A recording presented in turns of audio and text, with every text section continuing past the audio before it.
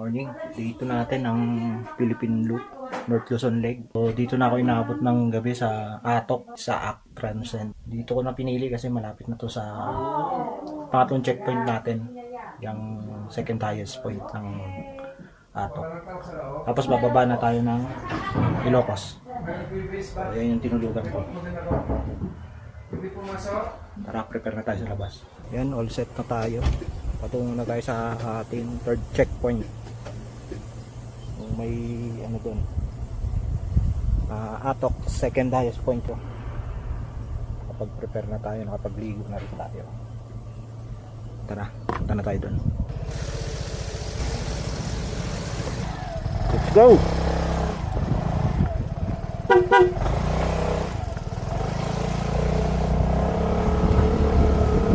Minutes na lang dito yung ano, yung checkpoint natin.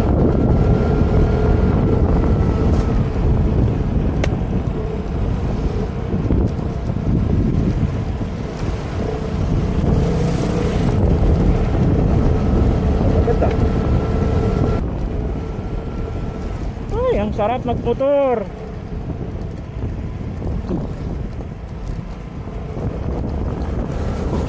Kaya nyo naman to.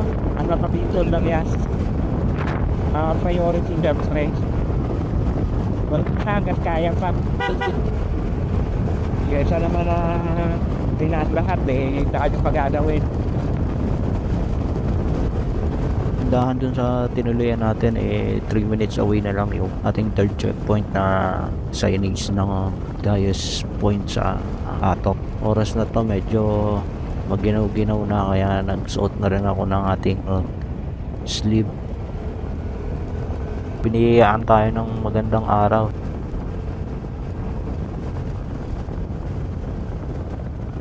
Yan na, parating na tayo dito sa checkpoint natin. So hanap lang tayo ng magandang parking.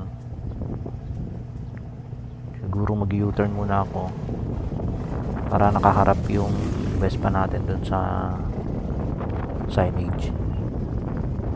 Medyo safe naman at weekdays ngayon, wala masyadong bisita. Pailan-ilan na nakikita kong nagpipicture dito.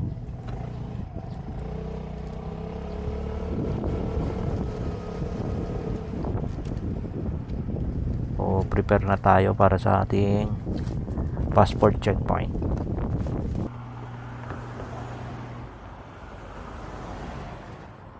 Katunayan na nakarating ka dun sa checkpoint mo, need mo mag-selfie with your passport syempre.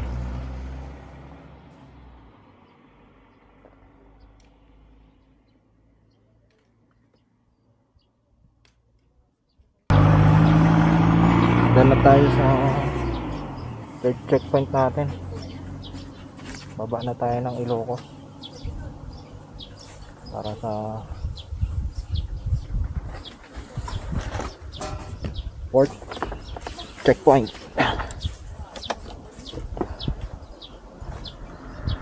Oras alas 9 ng umaga.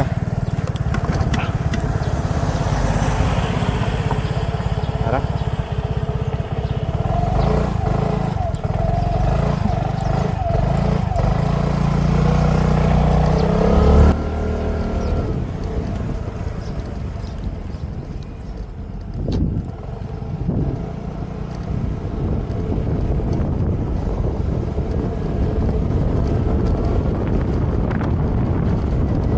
Para sa bigat, pababa tayong Ilocos from Benguet. So sana lang wala tayong aberyang abutin sa daan. Good luck sa atin uli. Thank you sa gabay na Lord. Ganda talaga ng daan dito pag maganda yung weather oh. Mananawa ka na lang sa twisting, curve. Pero dapat ingat-ingat pa din. Huwag masyado mag-kumpiyansa sa daan. Mga part na sira-sira na. May part na maganda naman. Ano, pag ganito yung view, tatagos ka na sa kaulapan ng Benguet, oh. 'Di ba? Ayan. Wala talaga yung pagod mo. Kahapon naka 14 Halos 15 hours tayo nag-drive. Around 7 PM na tayo dumating dun sa tinutulugan natin eh. So, wala na, hindi na ako kumain sa sobrang pagod. Guess ba yun? Hindi ko masyado nabasa eh. Correct nyo na lang ako kung mali yung pagkakabanggit ko.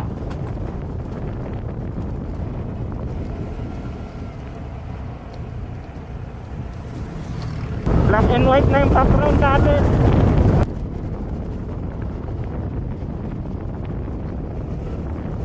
Pa tayong 4 hours and 23 minutes. Puntang Bigan. Sobrang pagod. Wala na, bagsak agad tayo. Ang ginawa ko pagkagising ko ng 7 AM, lapit lang naman yung mga restaurant doon sa lang ako ng mami. Lamig, tumatagos na sa glove kahit naka-gloves ako. Ngayon, nakakaramdam na ako ng lamig. Papalit muna tayo nating jacket. At hindi na kaya. Bakbak ulit.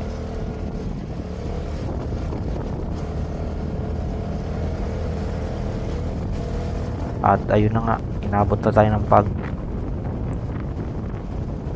Hindi ko na nilagay yung camera sa POV natin kasi pag mababasa, delikado, baka masira eh. 2 beses na pala ito nasira. Una, bumagsak dahil sa mounting ko, naputol.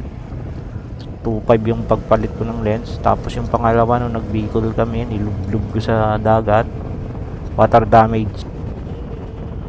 Hindi siya advisable na gamitin tong Insta360 X3 na to na walang diving case. Huwag kayong magtitiwala talaga kung ayaw nyo mapagastos. Napagastos ako ng pangalawang repair ko around 8.5 ata or 8,000 kung hindi ako nagkakamali. Kaya hindi ko na muna nilagay siya sa POV natin. Kita nyo naman ang lens ko mahamog. Kung ano nakikita nyo sa lens ko, ganyan na rin nakikita ko sa loob ng helmet ko kasi nga maambon na maliliit. Pero after nun eh matatapos din naman natin to.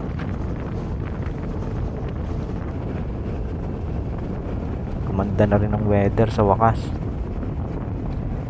Balik ulit tayo sa Sigsagan.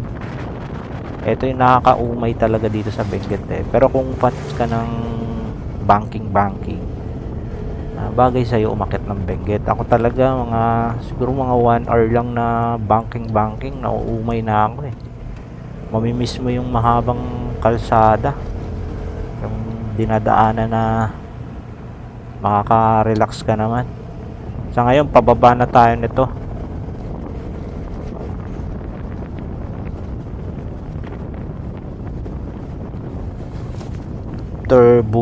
Bugyas, Manyaka na tayo.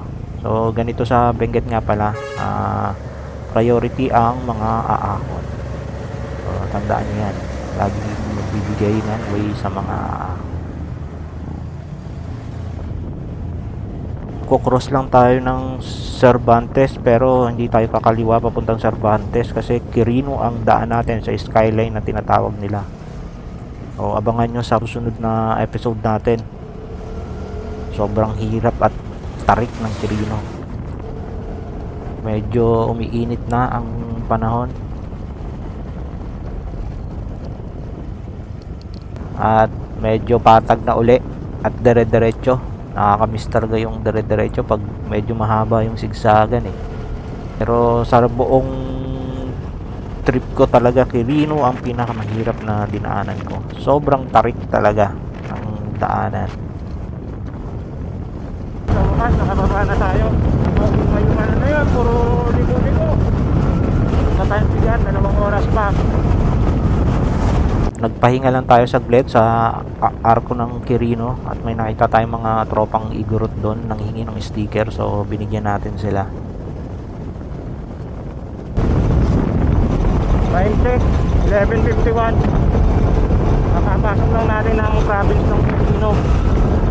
Pababa na tayo ng bayan ng Quirino. So ang daan pala natin dito ay paglampas ng Quirino, San Emilio, tapos Banayoyo, lalabas tayo ng Santiago, dire-diretsong Narbacan.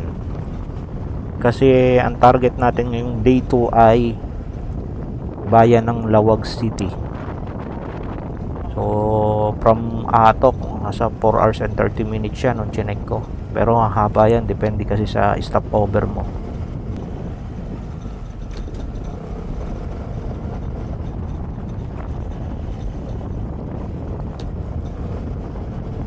Ito na ang bayan ng Quirino. Hindi na ako huminto dito at wala rin naman ako makitang mamemeriendahan.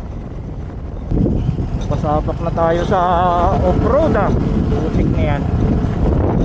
Para maiksi lang. At eto na nga ang unang rough road.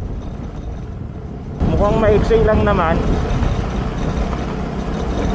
Sana maiksi lang at ayos yan. Hindi pang off-road tong motor natin. Ngayon kalsada na rin naman. Hindi maiksi lang.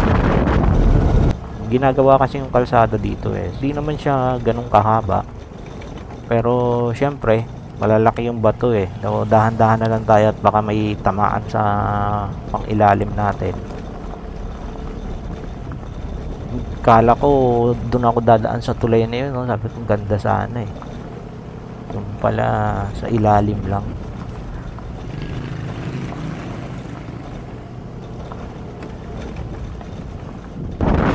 Maiksi lang. Akala ko mahaba. Yung bundok na yan, aakyatin ko pala ito. Ayan na, ito na yung ahon ng Quirino. Yan grabe.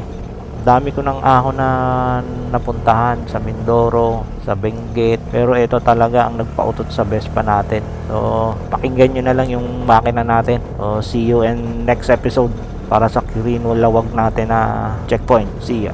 Peace out.